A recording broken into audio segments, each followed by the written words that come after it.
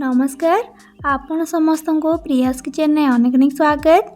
आज मु आपण मान सहित माछ बेसर मसलार रेसिपी शेयर करने लेके आसी जोटा कि एकदम डिफरेंट स्टाइल बनवा प्रोसेस जमती डिफरेंट तार स्वाद पूरा डिफरेंट आउ हनेस्टली मु कहूँ थरे एमती बनई कि खाइला परे आपन को एमती फील हे जमती होटेल आनिकी खाऊछंती बोली। तेबे आपण ये माछ बेसर मसलार रेसिपी को देखापी भिडियोटी को फुल वॉच करंतु। आशा करी कि रेसिपीटी आपण मानक भल लगे प्लीज भिडियोटी को लाइक करेंगे, सांग मान सहित शेयर करेंगे, चैनल नुआ थे प्लीज चैनल को सब्सक्राइब करने। तेरे चलते डेरी न करी आज रेसिपी को स्टार्ट करवा।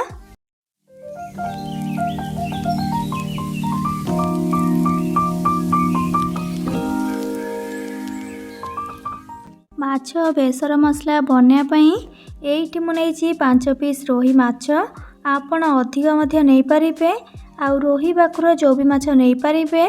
एबे से अधा छोट चामच हल्दी गुंड पकेबा आउ ता सहित स्वाद अनुसार लुण पकेबा आउ भल कलर पाई अधा छोट चामच काश्मीरी लंका गुंड पकेबा जोटा कि पूरा पूरी ऑप्शनल अच्छी।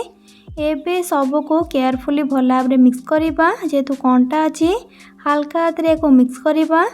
ये देखो माछ सबको भल भाव मुझे मिक्स करनेली। एबे को मैरिनेट होगा को 10 मिनट खंडे छाड़देबा। माछ मैरिनेट हवा भितर एबे नबा गोटे बाउलटे आउ सेथिरे देबा गोटे मीडियम साइज कटा पियाज आउ ता सहित 5 ରୁ 6 कला रसुण आ गोटे इंच पाखापाखी अदा आउ 4टी कंचा लंका बा आपण निज हिसाब रे देई परिबे आउ गोटे बड़ चामच कला सोरिष आउ गोटे बड़ चामच हल्दिया सोरिष आपको स्किप करेंगे एथिरे गोटे अलग टेस्ट ही आसीबो। आउ अधा छोट चामच गोटा गोलमरीच आउ गोटे छोट चामच गोटा धनिया आउ गोटे छोट चामच गोटा जीरा। एबे देबा से अधा छोट चामच हल्दी गुंड आउ ता सहित 4टी सुखला लंका जोटा कि पूरा पूरी ऑप्शनल अच्छी किंबा आपण कंचा लंका आउ सुखला लंका कम कम करके मध्य देई परिबे। एबे से गोटे बड़ चामच सोरिष तेल देबा आउ से आवश्यक अनुसार किसी पानी को देकी सबको भल भाव मिक्स करके 10 मिनट पर ताको बतुरवा छाड़वा। तापर ताको मिक्सिंग जार देकी चिकन भाव बाटिक आनदेबा। 10 मिनट पर देखो गैस ऑन करके गोटे फ्राइंग पैन को बसैकी भल भाव गरम कलापर से किसी सोरिष तेल को देबा आउ तेल भल भाव गरम होगला से गोटी गोटी करके माछ को देदेबा आउ छाड़ी छाड़ी करके देबे। जेहेतु मु कम माछ नहीं से गोटे थर के भाजी नौची आपण अधिक माछ नहीं ब्याच ब्याच करके भाजीबे। माछ को दे सारिकी मीडियम टू हाई फ्लेम रे टिके माछ को भाजीबा को छाड़वा। माछर तलपट साइडटा टिके भाजी गला परे ताकू आरपट साइड को उल्टे नेबा आउ अपोजिट साइड को मध्य भल भाव भाजीबा को देबा। मु माछ को एठी कड़क फ्राए करबिनी नॉर्मल ही भाजीबी। आपण को जदि कड़क फ्राए पसंद तेबे आपण आउ किछि टाइम भाजी पारिबे। सेमती गैस फ्लेम को मीडियम टू हाई रे रखिकी माछ को एपट सेपट करके भाजी नेबा। एइठी एबे देखंतो माछ एइठी हमर भल भाव भाजी गलानी ताको भी गोटे जगह को बाहर कर नेबा। माछ को भाजीबा टाइम रे केबे भी गैस फ्लेम को लो करिवेनी किंबा माछ टिके भाजी न होइतले ताको केबे भी उल्टेबेनी नले माछ भांगी जिबार बहुत चांस थाए एति ध्यान रखिबे। माछ सबको बाजिकी काढ़ी सारा पर साइड रखा आउ गैस उपरे गोटे कड़े को बसैकी से माछ तेल को देदेबा। माछ तेल रे तरकारी बनैले भल टेस्ट आसीबो। तेल एठी कम अच्छी से आउ गोटे बड़ चामच रिफाइन तेल को दौची बा आपण सोरिष तेल दे पारिबे।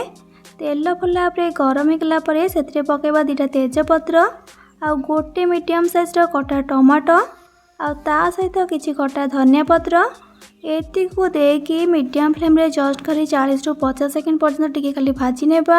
एमती प्रोसेस रे माछ तरकारी बनातु बहुत ही टेस्टी बनिबो। सीरियसली सबको को टिके मिसेकी भाजी देला परे सेथिरे बे बाटिक रखिदिबा हमर मसला पेस्ट को ऐड कर देबा आ मीडियम फ्लेम रे सबको भल भाव मिक्स कर नेबा। आगरो भी मो माछर बहुत सारा रेसिपी मो चैनल रे अपलोड करिछि सबुर लिंक आपण ए वीडियो रो डिस्क्रिप्शन बॉक्स रे पाई परिबे। सबको थरे भल भाव मिक्स कर सारा गैस फ्लेम को लो रे रखिकी से पकेबा भल कलर पाई गोटे छोट चामच काश्मीरी लंका गुंड आउ स्वाद अनुसार लुण हल्दी गुंड आम मसला बाटला बेले देइथिले सेथिपई एठी हल्दी गुंड दबा दरकार नहीं आ माछरे भी लुण पड़ी से हिसाब से देखिए ए लुण ऐड करेंगे। एबे या लो टू मीडियम फ्लेम रे पाखापाखि 2 ରୁ 3 मिनट खंडे कषा मसलार कंचा बास्ना जीवा जाए पाखापाखि 2-3 मिनट खंडे कषला मसला पानी ये मु 1 कप दूची पानी टिके अधिक की देकी मसला को कषले सोरिष मसला केबे भी पिता हेबनी। एबे या मिसई देकी लो फ्लेम रे कभर करदेबा पाखापाखि 4 ରୁ 5 मिनट पाई मझिरे मझिरे कभर को काढ़ी मिक्स करथिबे। पाखापाखि 4 ରୁ 5 मिनट पर एबे कभर को काढ़ीबा। एठी आपण एबे देखि पारछंती तेल पूरा मसलार ऊपर को पळी आसलानी तामाने मसला ये आमर भल भाव में कषि गलानी। एबे अधिक न कषिकी से ग्रेवी पाई पानी ऐड करवा। ये मु 1.5 ग्लास पानी दूची जेहेतु आम बेसर मसला बनैबा से जदि आपड़ टे ग्रेवी वाला बनैबा चाहूथे तेबे अधिक की पानी ऐड करेंगे किंतु मु कहबी टिके कम ग्रेवी रखिले माछ तरकारी अधिक स्वादिष्ट लगे। पानी को दे सारिकी भल भाव में मिसई नेबा आ गैस फ्लेम को हाई रखिकी ग्रेवी को भल भाव में फुटवा छाड़ा ए गोटे बॉयल आसापी छाड़ा। ये आपड़ ए देखिपे तरकारी फुटवा स्टार्ट हो गलानी। एबे से भाजिक रखिथे माछ सबको ऐड करदेबा छाड़ी छाड़ी करके माछ को देबे। माछ को देला परे जस्ट हल्का खाली टिके मिसई देबा आ लो टू मीडियम फ्लेम रे पाखापाखि 10 ରୁ 15 मिनट खंडे फुटवा छाड़ा।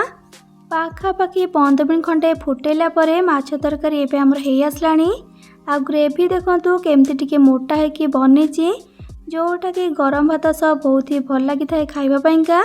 आ देखिकी लगुच ना केते डिलीशियस बनी थिबो सीरियसली बहुत ही टेस्टी होइतिला। एबे हमें गैस फ्लेम को ऑफ करनेबा। एठी हमर एबे रेडी गला माछ बेसर मसला। तेबे आपण डेफिनेटली गोटे थर को घरे ट्राई करंतु आ बने की खाइला परे किपर लागिला मते कमेंट सेक्शन में निहाती भाबे जणाइबे। भल लगी प्लीज वीडियोटी को लाइक करेंगे सांग मानक सहित शेयर करेंगे। चैनल नुआ थिले प्लीज चैनल को सब्सक्राइब करने आ पाखरे थिबा छोटो bell icon all option click करेंगे जहाँद्वारा मो अपलोड करथिबा मो समस्त वीडियो नोटिफिकेशंस आपण सर्वप्रथमे पाई परिबे। तबे आज पाई रहउची पुणी आसीबी नुआ एक रेसिपी नै कि से पर्यंत रहिली। Love you all. जय जगन्नाथ।